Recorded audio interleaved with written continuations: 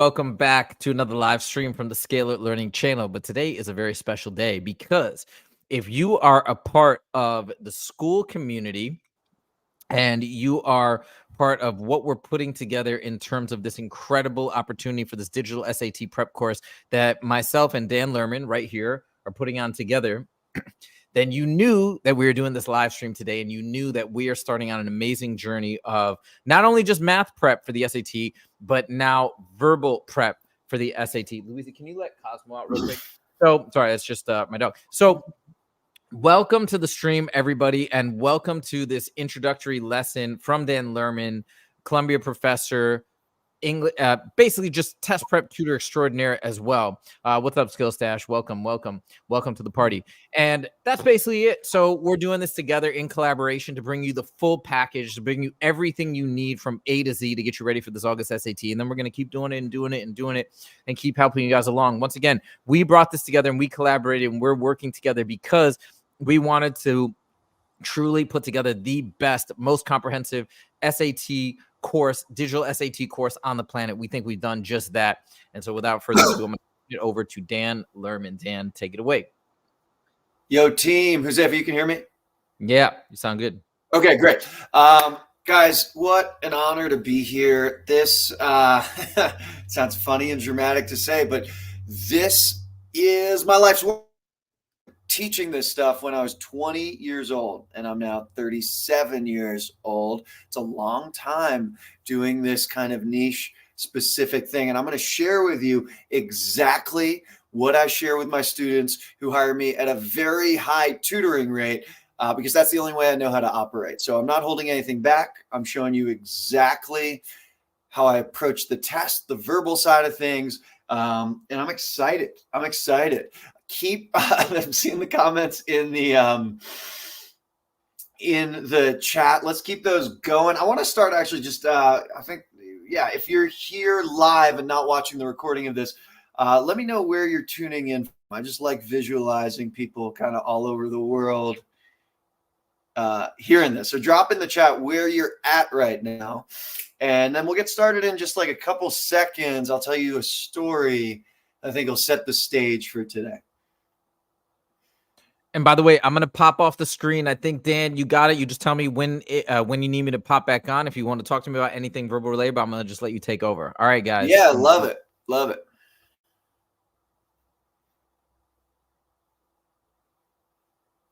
All right, y'all. Nice. We've got people from Florida, New York, Texas, Georgia, Lubbock, Texas. I feel like I've heard of that maybe on like Friday Night Lights, Maryland. Dark Light. I don't know if you're from Azerbaijan or just curious. India, Maryland. Okay, cool. So I'm going to tell you a quick story that'll set the stage for the next hour or so. NYC, DeAndre. Awesome. That's where I'm from. All right. So about 10 years ago, I got hired by this fancy school in London to go over and teach the SAT. At the time, I was living in New York, and I was a pretty good tutor, but I felt like I was a little in over my head. I was teaching at this fancy school. The kids were really smart. And on the plane over there, I had a panic attack. I legit had a panic attack. I remember I was flying out of Newark to London, and I was going to go straight into teaching. And the panic attack was I felt really good about my ability to teach math. I felt really good about my ability to teach reading. I did not know how to teach grammar. I doing the test, but teaching is kind of a different beast. So I had this panic attack, and I'm like hunched in this little aisle seat. I was flying coach at the time. I took out this book. This was kind of the internet existed, but like the SATs weren't on the internet. There was this like light blue book. I don't know if you remember it, Josefa. It had all 10 released SATs, this like light blue book.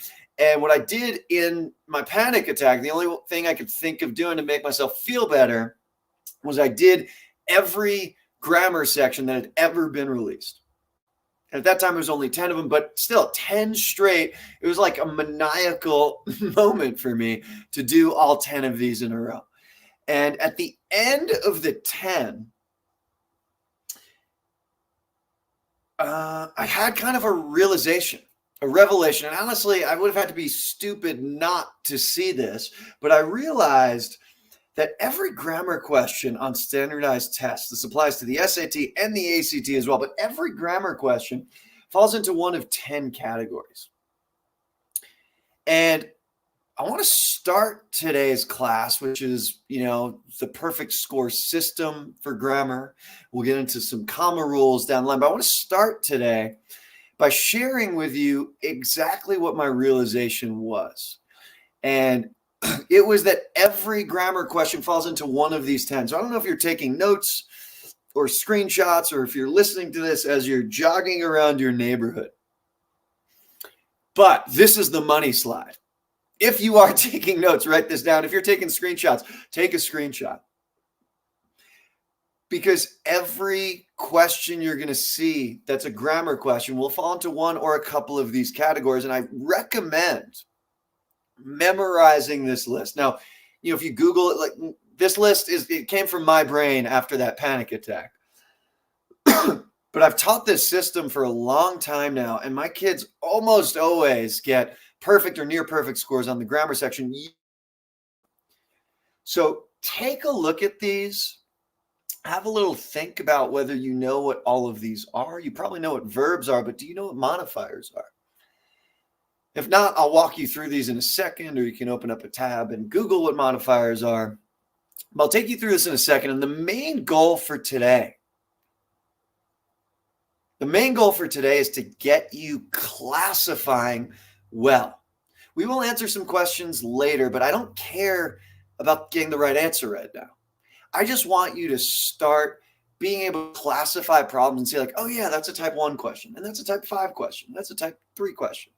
That would be a huge win in this hour. And then in the advanced class later on, I think it's week 3, in the advanced class, we'll talk more about answering questions correctly. But the place I want you to start is classifying. Good. And I think I'm doing something right because people are asking about recordings. Yes, this recording will be available for at least 48 hours. We'll put it on the school website. And yeah, I guess Huzefa is going to do that. Okay, so these 10, I'm challenging you to memorize these 10 and do it in order. Do it in order because a lot of the language I use, I say like type 5 question, I want you to know, oh, that's concision and chillness. Now, how do you go about memorizing? I'm sure there are a lot of smart people in the room. You can figure it out. I had ChatGPT put together a mnemonic. I actually don't love this mnemonic, so I want to offer a little contest. I'm going to post in the school community this contest, and whoever can come up with our favorite mnemonic for these 10. So like you know what a mnemonic is, a sentence that has all of these in order. Whoever can come up with the best mnemonic, I'm going to offer a free half hour of private tutoring. So that's over a $600 value. If you come up with a great mnemonic, you post it in school, free half hour session with me, one-on-one. I'll give you my Zoom link and we'll make it happen. So let's see if we can get some good mnemonics as a result of that. Okay, so without a great mnemonic yet, let's go one by one and see what these questions look like. And again, I don't care what the answer to these are yet. We'll get there. But for the viewers in the room, I want you to look at this question. These are all taken from old SATs. These are not the digital SATs. I'm not going to look at those tests yet. But old SATs, which the grammar section was pretty much exactly the same. I want you to look at this question and think to yourself, why did Dan classify this as a type 1, sentence structure and punctuation? Take a moment and think to yourself.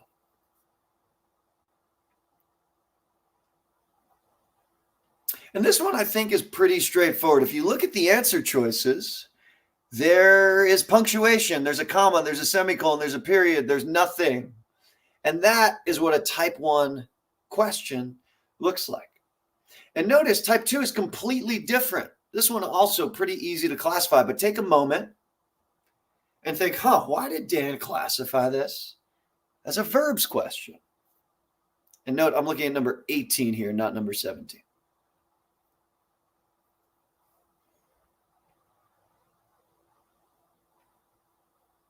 And yeah, pretty obvious. The answer choices are verbs. So that's type 2. And notice it's completely different from type 1.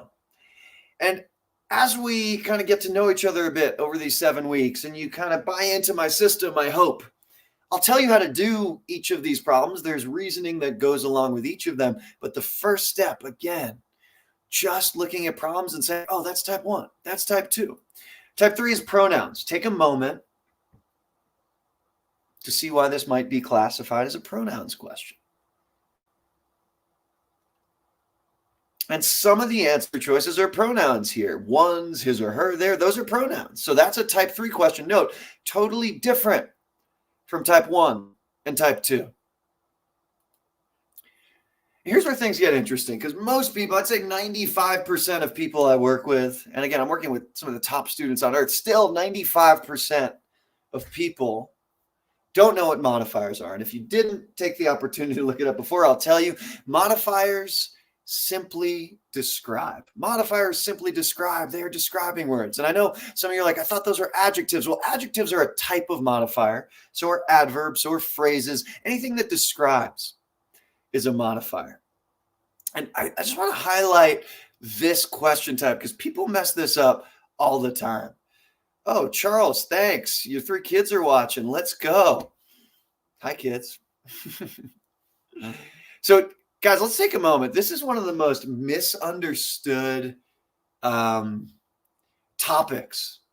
on the SAT. I actually want you to try and answer this question and see if you can figure out what the right answer is and why. I'll give you maybe 30 seconds to try it. Most people can get near the right answer, but they have no idea why. Let's see if you can do better.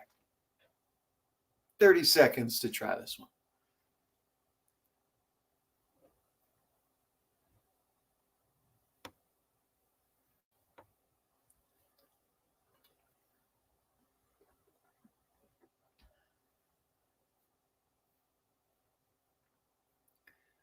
So what's the deal? What's the answer and why? Oh, I like the participation. I wasn't sure if people, yeah, feel free to drop your answer or your thought process in the chat.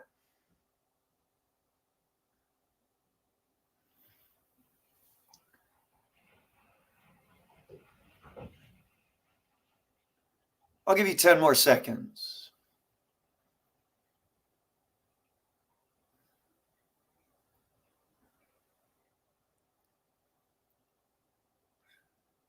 Okay, good. I'm seeing mostly the right answer. The right answer is H. Here's the tricky part. Why? What? You got it, Josefa. Don't worry. Yeah, Rhea nailed it. Nailed it. And let me just explicitly put this out there. Modifiers simply describe. If there's a modifier up front, so something that describes after moving to Ryukon in 2001, that's a modifier. It describes Martin Anderson. It describes him. The rule is noun modifiers must touch their nouns. That is the rule. And I'm getting ahead of myself. I said I wasn't going to teach like rules today, but what can you do? I can't help myself. I love this problem. So what's the rule? Noun modifiers need to touch their nouns. Artist Martin Anderson has to be right up front. That's the rule. It's that simple.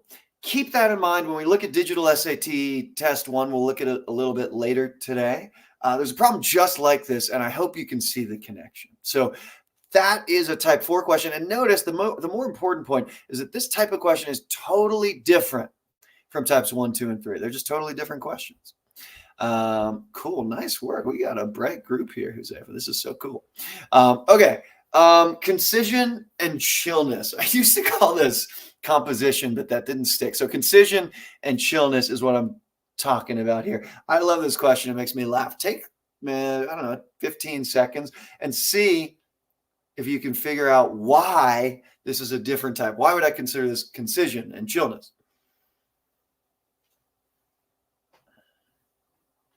And you're always welcome to drop answers in the chat. I'm happy to respond if I see something that is interesting. Yeah.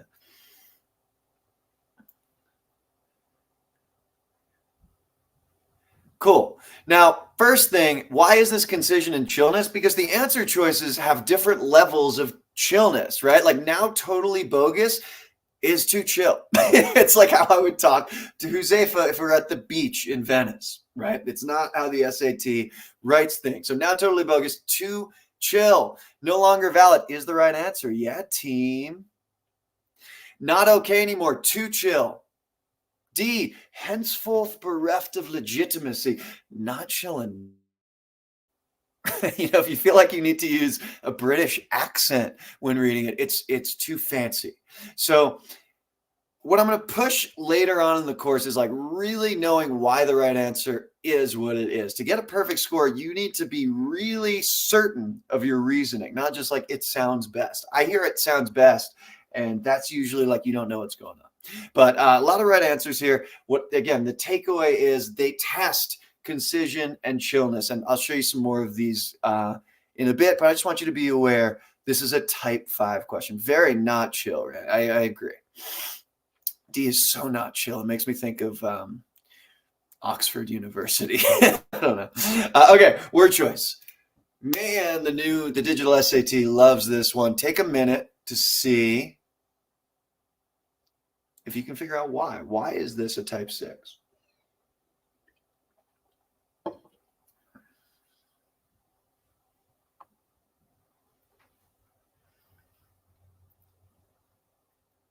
And you'll notice it's 4 different words and they mean slightly different things.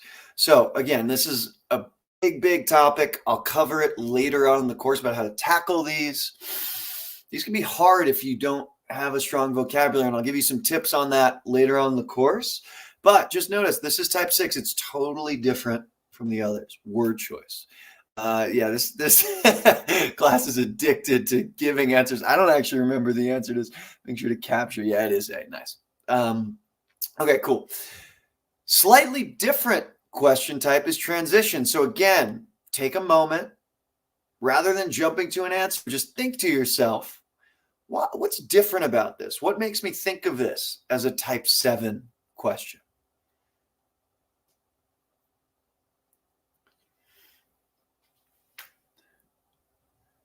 Cool. And these words are all transition words. However, is slightly different to that end. What's more, nevertheless. So when that pops up, again, the digital SAT loves this question type because it's kind of sneakily testing your ability to read. And if you haven't figured it out yet, you have to be a fantastic reader to do well on this test. You have to be a fantastic reader.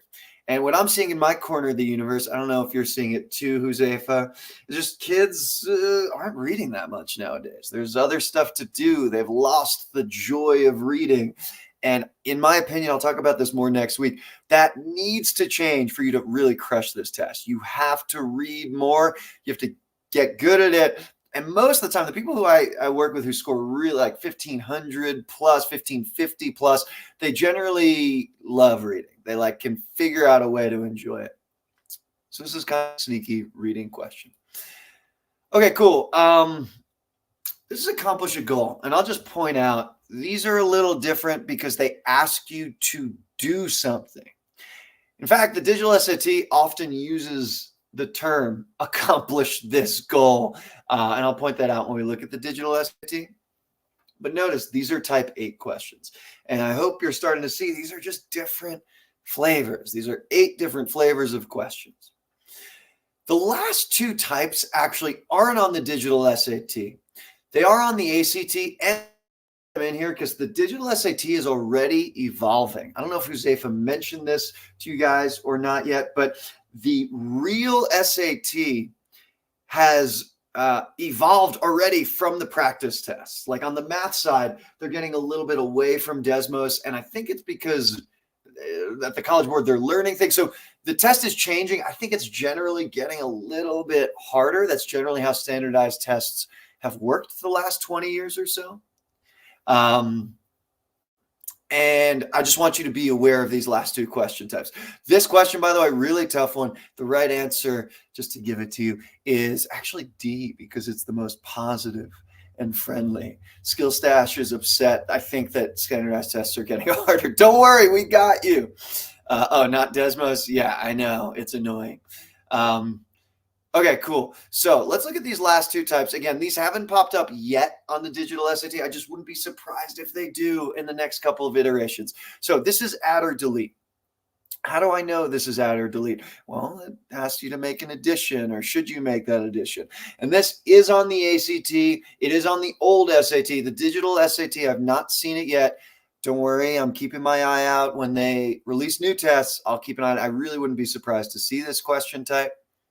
Same thing for this last one, placement. A lot of people hate these questions because, again, it requires you to read, but it asks you to place a sentence within a paragraph.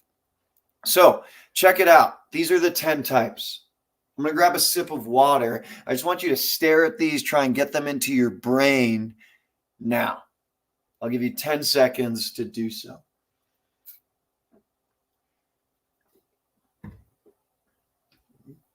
Just popped in real quick. Hope everybody is enjoying the session so far. This is so awesome. Thank you guys for participating so much, giving your full attention to Dan. All right, I'm leaving. Going back to the chat. Yeah, Josefa has the best vibes. Thank you. Just came in to hype people up. This is really fun for us, guys. We've tutored a long time. We love this. It's our life's work. But I personally haven't done it at this scale yet, and I'm just really enjoying it. So again, thank you for the opportunity. We're so happy to be here. Absolutely. We're happy to have you. By the way, last thing quickly, for those of you guys who are still on right now and are enjoying everything, if you could click the like button, just show us that you like it. If you do like indeed what's going on, we really appreciate it. Helps everything, helps us build momentum to spread the word about the course and all that good stuff. So we really appreciate it. And also just a double thank you, a second thank you to Charles for that very, very generous donation. We really appreciate it. Thank you. Excuse me, Charles. Thank you. Thank you so much. All right, I'm out. Yeah. Charles and your 3 kids. Let's do it. All right. So let's see here. What else would be a good thing to kind of get across today? Well, I thought just kind of my flow, and we'll see. I don't really know how the timing is going to work out. But I think I'll probably have some time to just show you, like I'll pull up a test and I'll show you exactly what's going through my mind as I do this. I think on Josefa's Scalar Learning YouTube channel, there is a video of me doing Blue Book Test 6, just kind of like live in the moment. I had never seen it before, so you feel free to check that out if you're interested. But I just want to give you a peek into my brain as I'm doing this. And I'm a cognitive scientist. I'm very interested in where my PhD is and like what's going on in my mind when I'm solving these problems. And the answer is it's a 3-step process. And I'll show you how it works. And the 3-step process is identify, reason, answer. And I'm going to repeat this a couple of times because it's kind of the most important like flow idea, the like most important process idea that I can get across. So what am I actually doing? Identify, reason, answer. Identify, reason, answer. So I get to a problem. First thing I do is identify it. Oh, that's a type 1 question. Then I go to the reasoning. Oh, that requires a comma because it's a list. That's the reasoning piece. And because I'm able to reason, then I get the answer. And a lot of my students, and I bet this group is no exception, starts with the answer like it's A, I think. And then they go to the reasoning, and then they don't even think about identifying it. I'm going to push you all to join me in this 3-step process. And notice the answer comes last, guys. The answer comes last. First identify, then the reason, then the answer. Now, this is going to be awesome. I'm so excited to do this. I want to actually pull up a real test here. And many of you, actually, I don't know if you'll recognize this. I bet Josefa will. This is from old SAT test 1, but any of these questions could have popped up on the digital SAT. But I don't want to kind of ruin those problems for you yet. I might do so later. So let me just show you how I would use IRA, use identify, reason, answer on this. Okay. So first things first, I would read deeply. If you watch the the YouTube videos that Josefa posted, you'll see I read every word out loud, and I'm like, I think the top comments are like, man, this guy breathes a lot. And I'm like literally feeding my brain oxygen. So one note on the grammar, yes, you still have to read. You can't just go to the underline. You have to read everything, and you have to read it well. Next week, I'll tell you guys exactly how to become great readers like that. Like, it doesn't take long. You just need to know what to do. Like, most people don't teach how to read, or they haven't since, like, people haven't been taught how to read since third grade or something. I'll show you that next week. So, and Dan, yeah, real quick. I'll zoom in. Oh, perfect. Yeah, cool. Sorry, I was using my hands. Okay, cool. So let's check this out. I don't know. For now, I'll just full screen this. That means I can't see the chat for a minute, but that's okay. Okay, so again, your task is not to get all these right. I'm not even going to give you the right answers right now. Your task is looking at that list of 10. What type are we dealing with? So I read, and I'm not going to read this all out loud, but you go ahead and do it. Go ahead and read. And then I get to the first one. And what I'm noticing is these are all words that mean slightly different things. Which of the 10 types is that? And then I'd be like, oh yeah, that's word choice, which is number 6. So the first thing that goes through my mind is this is a type 6 question. And that cues up a strategy, which I'll show you in a later class. So type 6. Then I'd keep going. Which choice provides the most relevant detail? Well, they're telling me to do something. They want the most relevant detail.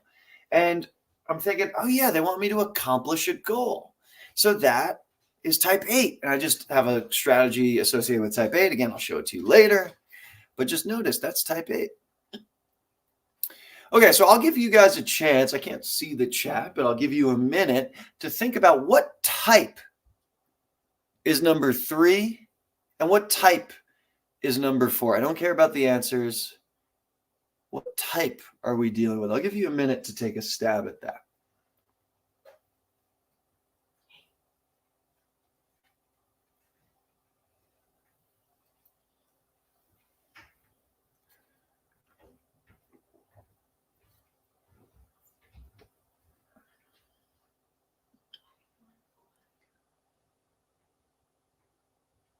Okay, take another 20 seconds. You can look at your list of 10 if you haven't memorized it yet. What type is number 3? What type is number 4?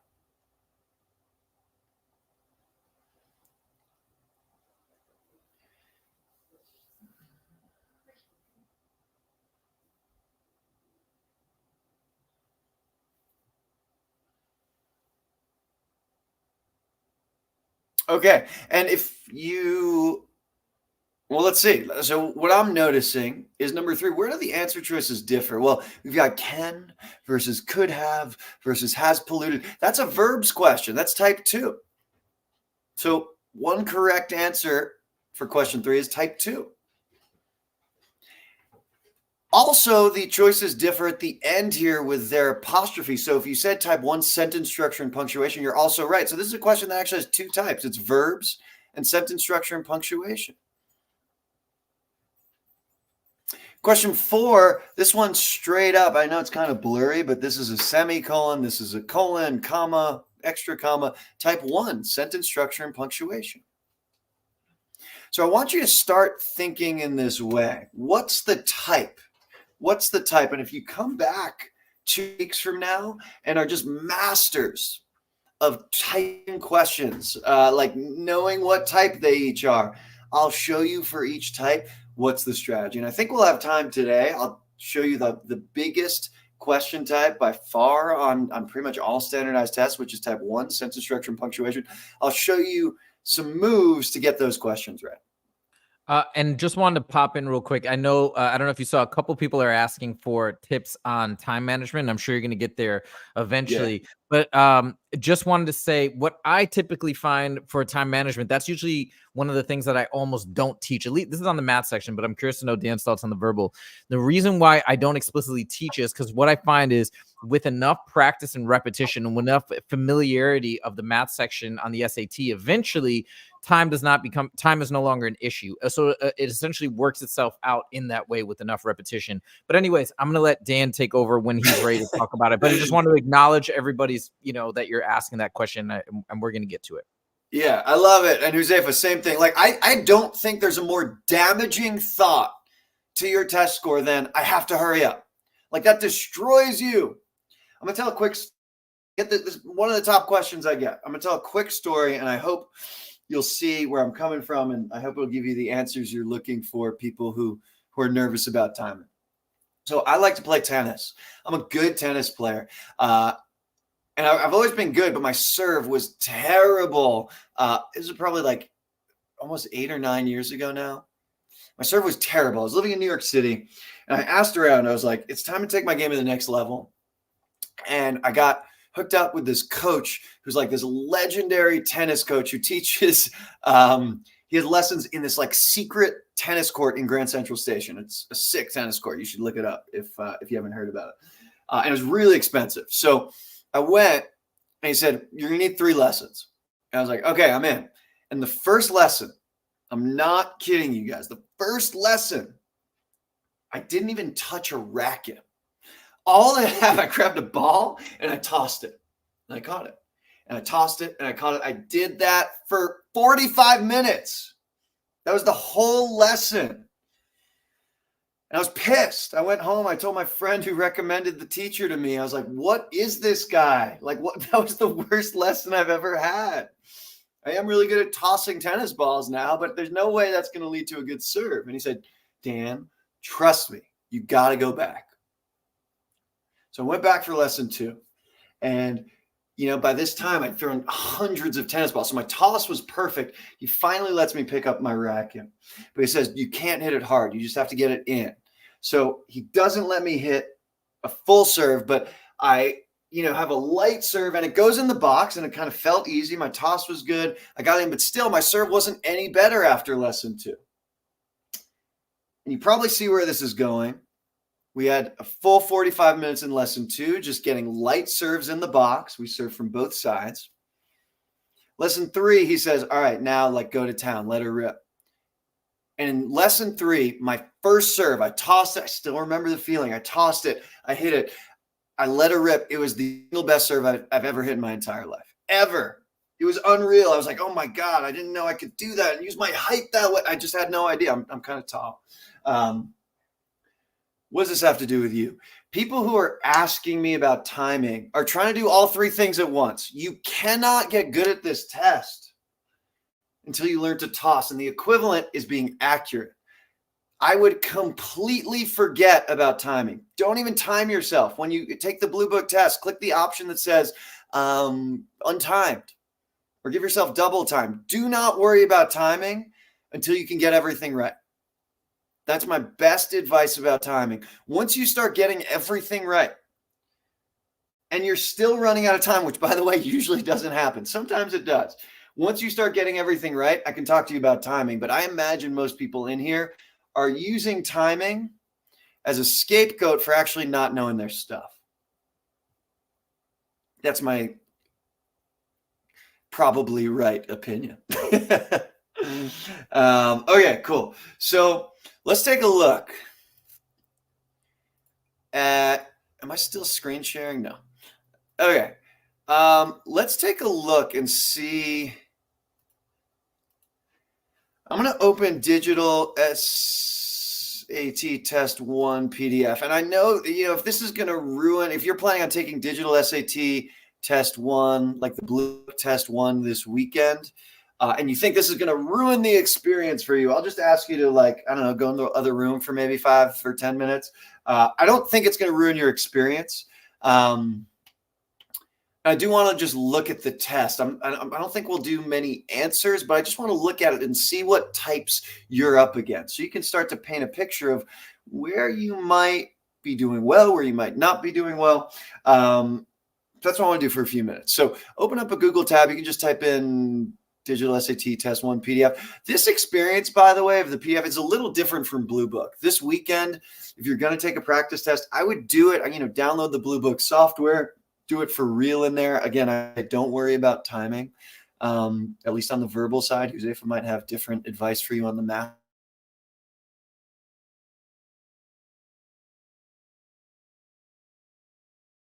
Not everything. So I recommend the Blue Book test. But let's take a look. I just want to bounce around here and just kind of connect some dots and see how what we just talked about, classifying, might help you. Then we'll get on to kind of one more meaty topic, which is comma use. And I think we will do some Q&A. Okay, so notice right up front, these are word choice questions, type 6. And single words, they mean similar things. And that's what you're up against at the beginning of this test. And usually they start pretty basic and they get harder. Look at that fancy word, circumvents. Repudiates. Oh, yeah, look at that. So notice that a bunch of these up front are going to be word choice questions. Then there's some reading stuff, which I'm not going to mention this week. We'll talk about that next week. And then towards the end, you get back into grammar. So notice number 19. What type of question is that? They, one, you, it. Oh, those are pronouns. Type 3. Question 20 and 21. Let me pause for a second and give you all a shot at classifying these. Question 20, what type is that? 21, what type is that? I'll tell you the answer in 10 seconds. And I would bet some of you are already seeing this and it's getting quicker and you're more confident at classifying, identifying. 20 is a sentence structure and punctuation question. There's a colon and a semicolon and a comma. So type 1, number 20. 21, again, pronouns, there versus its versus there. I guess technically you can consider that word choice, but I'd call that a pronouns question. 22, same thing, type 1 because of the commas. 23, verbs. 24, type 1. 25, pronouns again. I could do this for the whole rest of the test. I think you guys get the point. I'll just jump around and, are there any other interesting ones? Oh, yeah. Okay, 28. Let's do 28. So I'll give you 30 seconds. Try and get the answer. And we'll try by doing it my way. So identify, reason, answer. First, what type is it? Then what's your reasoning? And then get to an answer. So I'll give you 30 seconds to get there. Could you just zoom in a little bit on 28? Totally. Does that work? Yep, that's great. Okay, cool.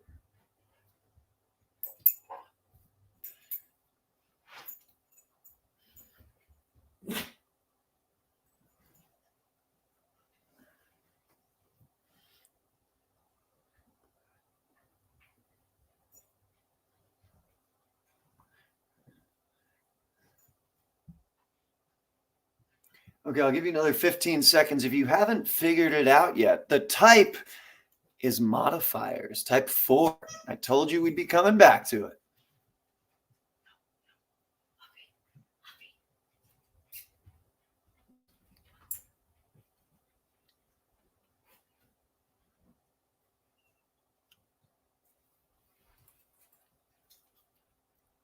Okay, let's talk about it. So, upon recovering 2 years later is a modifier. It's like the one we looked at before after moving to Ryukon in 2001. It describes something. It's a noun modifier. It has to touch its noun.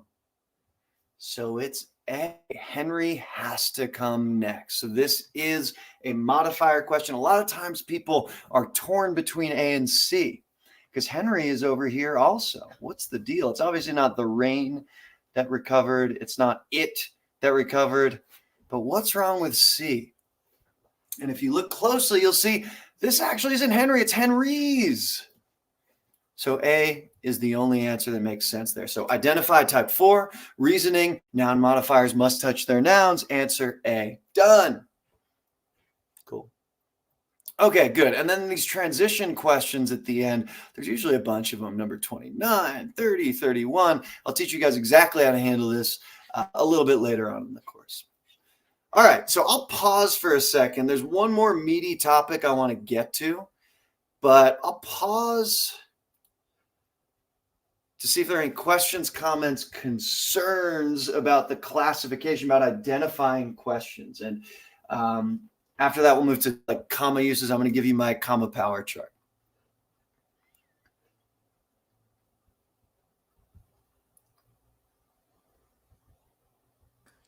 All right, guys. So if you have any questions right now, we're still going to continue, obviously, with stuff, but make sure to post them. All right, we got some funny ones here. Yeah, The first one is from L Flash, who says, "What dog you got?" Oh yeah, he's ringing him up. So this is actually my in-laws' dog. His name is Potato because he's got no neck. He kind of looks like a potato. But my dog Afi is somewhere else, and I know we got Cosmo the math dog. He's the math dog. I think Afi is going to be the verbal dog. He's going to be the official. We got to post some content. We've got cute dogs, man. They've hung out. They're buddies. So I think we should, yeah. Punithasri, would the same 10 grammar identifiers work for the digital SAT? Yes, except it's just the first 8. I left 9 and 10 in there just in case the test evolves in that direction. I have a feeling it will, but the first 8 definitely apply. Yep. Oh, sorry, not that one. Here we go. This one. Repetition is the key. Yeah, I think that's true of a lot of things. Okay, could you explain what a modifier is one more time? Yeah, this is the one of my teachers when I was going through like tutor training at this awesome company called Manhattan Prep. I had this amazing kind of guru who taught me how to teach, said this over and over again. It's like tattooed in my brain. Modifiers simply describe. Modifiers simply describe. They're just describers. So Dan eats cold pizza is a good example. There's one modifier in there. Dan eats cold pizza. Oh, it's cold. How do I know the pizza is cold but not Dan? Oh, because cold touches pizza. So like you already know the grammar rules by speaking English. You know the grammar rules. I'm just kind of bringing them to your consciousness. So modifiers simply describe. They can be adjectives. They can be full phrases. Dan, comma, who is currently in Lake Tahoe, comma, is talking a lot today.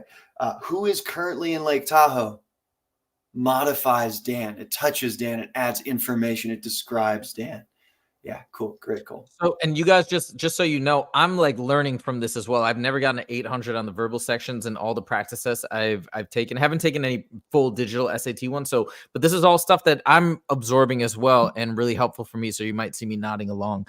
But this is fantastic. Okay, we're gonna post a couple more questions. You just tell me when you need to move on. But we got a couple more. Yeah, let's do a couple more, and then I'll give you one more juicy piece of content that I'm really proud of.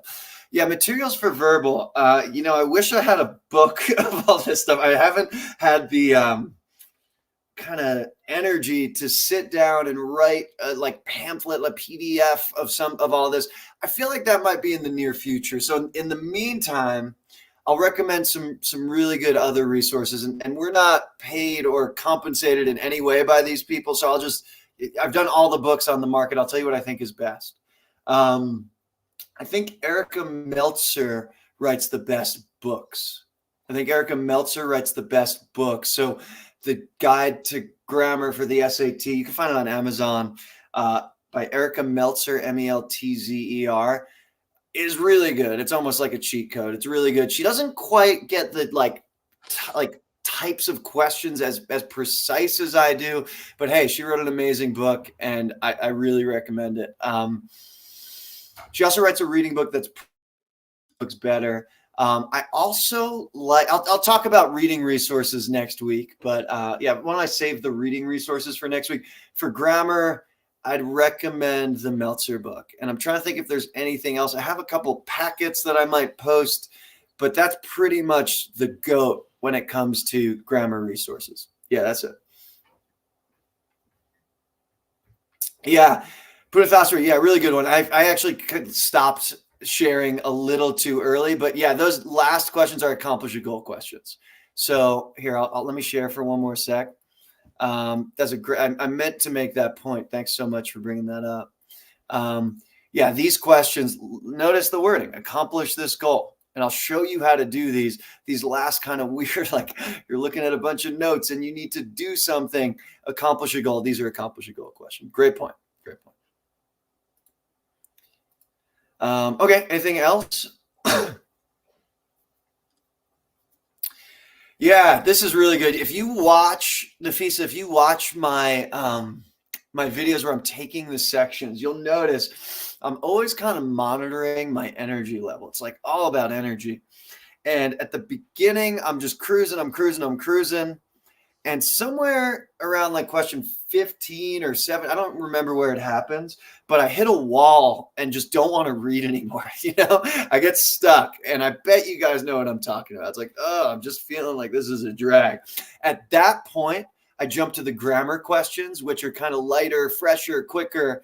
And I go from the grammar sections all the way to the end. And then I'll come back and do the reading session. So I don't know, it's a little bit more an art than a science. I won't say that there's like a certain number, just like monitor your energy level. When you start reading and like dreading it, for some of you, that's going to happen in question 1. But like when your energy level dips, then I jump to the end of the test. Yeah. Cool. Oh, I didn't know Panda has a verbal book. I actually haven't seen that one. That's cool. I know I like it as a survey. It's one of my top 3, I'd say, for I like that book a lot, but I actually haven't checked out the verbal test, the verbal book yet. Okay, good. All right. Anything else, or should I show you guys some comma stuff? I think that's it for the questions that I see. By the way, you're doing a great job. I'm Indian, by the way, if you guys didn't know this, but Dan's doing a great job pronouncing the Indian names. Oh, dude. I'll take that. Yeah, I grew up in New York City, and then a place I went to Herrick's High School, and over 50% of the high school I went to was Asian, was Indian and Chinese and Korean, and so I've got some experience, man. Very academic school. I love my high school. Amazing. And real quick, I just want to throw in one interjection. Somebody's asking for additional DSAT practice tests, so I just want to put the resource that I've partnered with at the bottom down here. It's called the SAT Crash Course.com. Now, the thing is, these tests are not free. You do have to pay, but in my opinion, they're top notch. Moreover, for the math sections, they'll have video explanations from me for every single one of the first 10 practice tests. So you can literally take the test and then see how I do each and every problem. And sometimes I'll show you multiple ways to do it. So that's what I'm throwing out there for additional practice tests. We're going to see if we can get them involved in our course as well throughout the summer, but just want to put that out there. Yeah, and a cool thing's happening with this course, and it's fun to be building this with Huzaifa. People are approaching us; they're hearing about it on social and through our networks, and they're like, "We want to give things away." So we haven't quite figured out a way to get free practice tests to you guys yet, but our ears to the ground, and I that something like that could pop up soon. So yeah, stay tuned. Okay, so last piece, and I might go a touch over, but this is really good stuff. So I'm just going to go for it. Let's see. All right. So let's get into type 1. In the rest of this course, I'll take you through each of these types and actually how to get the questions right. And I'll do that for type 1 today. And I'm not sure if I'll get through all of this, but I'll get through some of it. And I'm going to give you a really valuable list that I'm really, really proud of about like when to use commas. Let's see if I can do that. Okay, I like this view for me so I can see the chat and I can see my screen. Okay, so trivia question for you guys. What's the shortest sentence by word count in the English language? I'll give you a sentence. I walked to the park. That's 1, 2, 3. That's 5 words. Can you think of a sentence that's shorter? I mean, think a little bit and you'd be like, oh yeah, I walked. He stopped. Nice. And actually, technically speaking, walk is a complete sentence. I want you to take a moment. Go. I go. Yeah, just go. Nice. No is not a complete sentence, but go is. Stop is. Yeah. So I want you to think for a second. What the hell is a sentence anyway? What the hell is that? And you need a good answer to that. I've seen this taught a couple of different ways. My favorite way to teach it is a sentence has 3 requirements. It's got a subject, a verb, and a complete thought. A subject, a verb, and a complete thought. And I walked, the subject is I, walked is the verb. Complete thought, I just want you to pay attention. Are you waiting for anything else to happen? If you're waiting for something else to happen, if your ear, just use your ear. If your ear is waiting, then it's not a complete thought. And I'll give you some examples in a second. But even walk, that's the verb. You is the implied subject. So you really need to know this on any standardized test. This is a complete sentence, and I refer to it as, it's basically an independent clause. If something has these three things, it's an independent clause. Independent, it can stand alone. And this is review for many of you, but let's get real solid on it. And let's look at these three. Because I walk, although I walk, even though the newscaster recommended that I walk to work instead of take the bus. That's got a lot of words in it. All three of these are not independent clauses. And the way I want you to start thinking about it is, okay, there's a subject and things that look like verbs. There's no complete thought. If I came in and started telling you the story, even though the newscaster recommended I walk to work instead of take the bus, you're still waiting for something to happen. So that is what I refer to as a dependent clause. So decent moment to take some notes or take a screenshot. Independent clauses are collections of words that can stand on their own. Dependent clauses, collection of words that cannot stand on their own.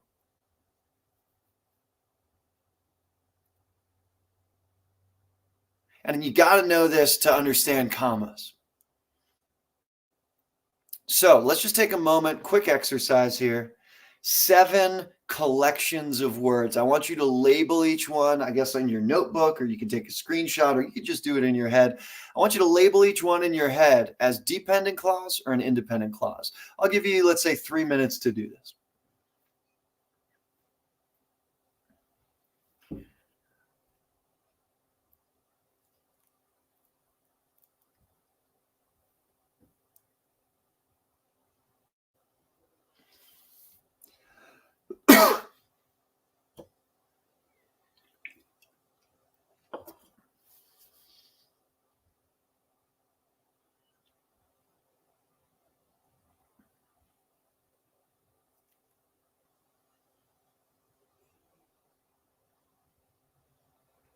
Yeah, feel free to post your answers in the chat. We'll talk about it in a couple minutes. Yeah, nice correction there, Hatis. Nice.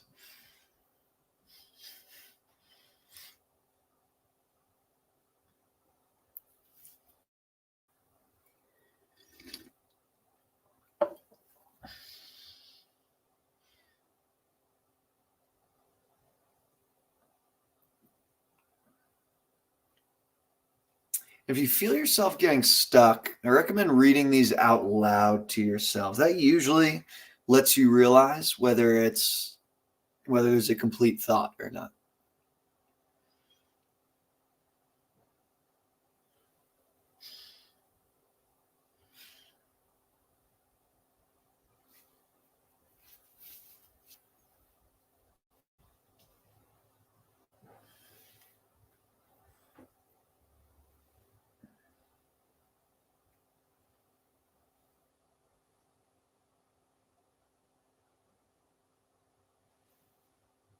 Cole hitting us with all of them at once. Nice. Okay, another 30 seconds as you can. We'll talk about these.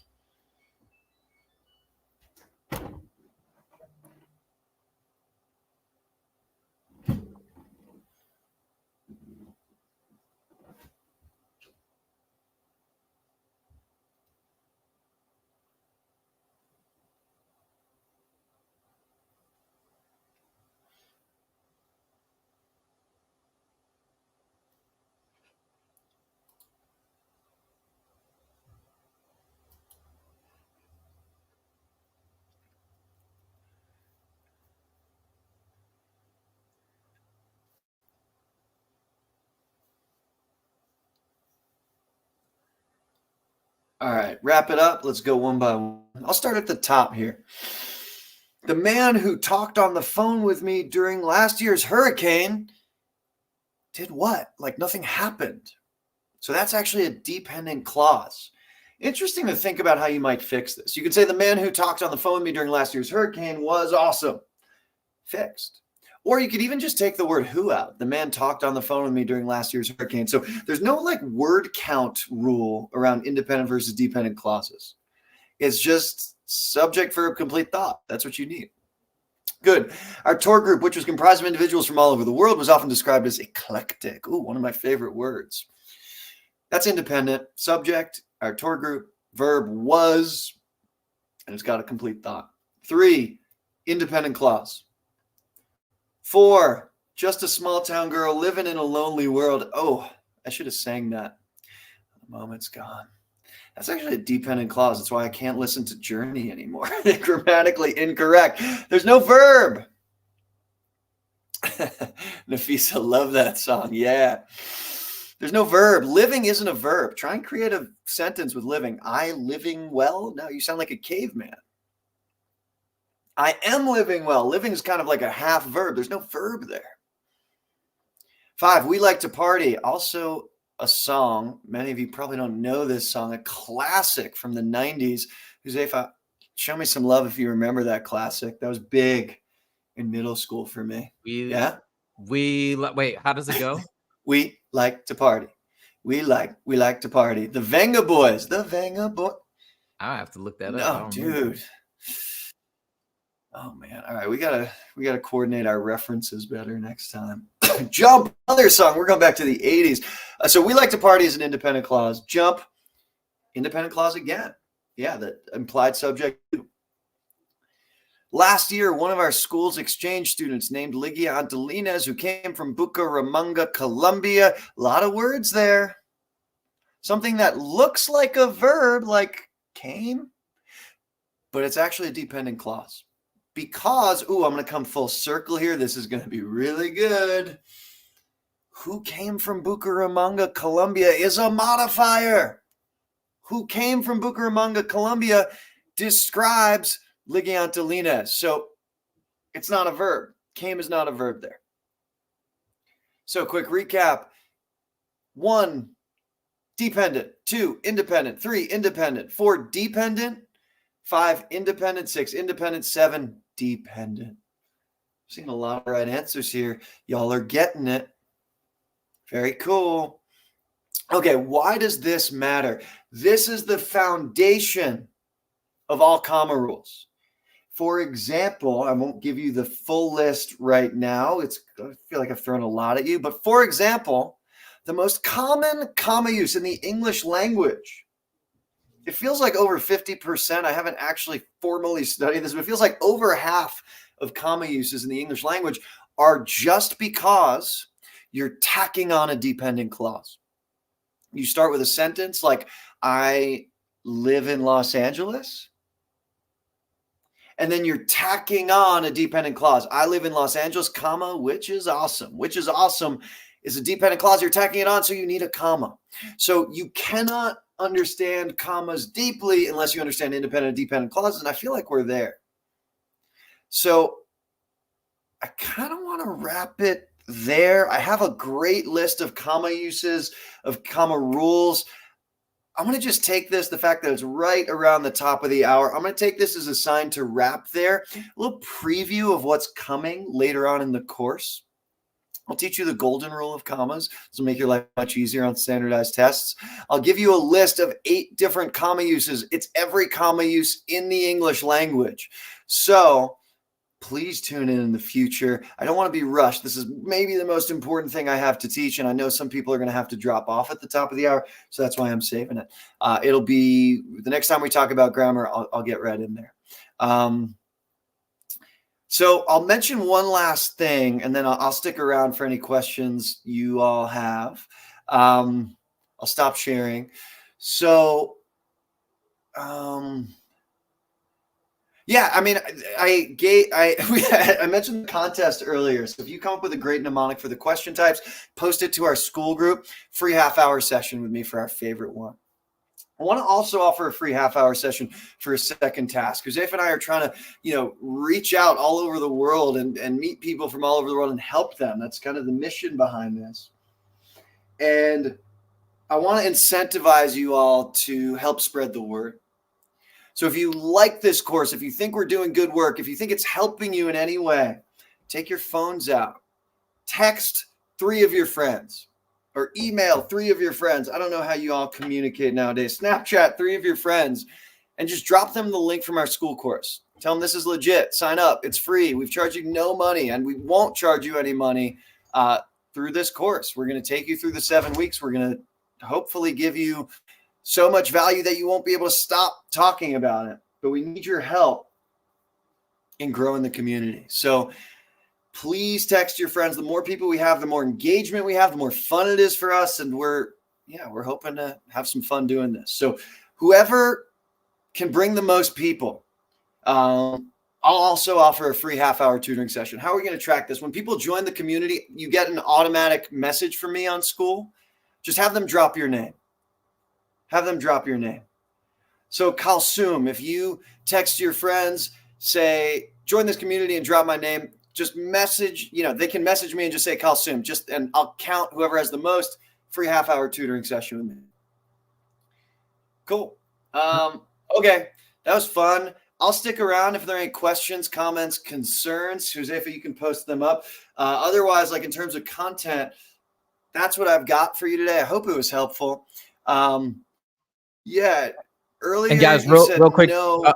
But before Dan answers this question real quick, if you guys did appreciate this, look, this was amazing. I learned a lot because, again, this is out of my realm of what I focus on for the SAT. So this was awesome. If you guys feel the same way and if you appreciate the hour, make sure to click that like button. We really appreciate it. And thank you, Dan, for sticking around to answer questions. All right, go ahead. Take it away. Question number 1. Cool. Earlier you said no was not an independent clause. There's no verb, Punathasri. Where's the no is not a verb. I don't even know what no is. It's like it's its own thing. Could be a modifier, I guess. There's no verb. Remember, verbs are action words. You need something to happen, or you need it. I feel like there's a more technical definition of verbs, but the short answer to your question is no isn't a verb. You need a verb for an independent clause. Kai Spy, yes, exactly. Next week we'll start with commas. We can. My thought was to get into reading next week, but I didn't really finish what I wanted to get through today. So I think, why don't we make that executive decision? Josefa, does that work with you? Next week, we'll go right into commas and I'll finish some of the other topics. And then let's do reading week 3. Sounds great. Does that work? Mm-hmm. Cool. Yeah. And let us know what Josefa and I are building this on the fly. Let us know what you want, what's helpful for you, and we can adjust. There's no, we're not locked into an agenda here. We're just trying to help. Thanks. By the way, is that a sentence? Okay. What do we think? Okay. It's so funny. It's not a sentence. There's no verb, but I was reading this book about, I read a lot. I was reading this book about beverages. There's your hint to the question I'm about to ask. The most commonly recognized word on earth. The most commonly recognized word on earth is okay. Any culture, any language, people recognize okay. What's number 2? Number 2 is a drink. Any guesses? I mean, I'm pretty sure I know what it is.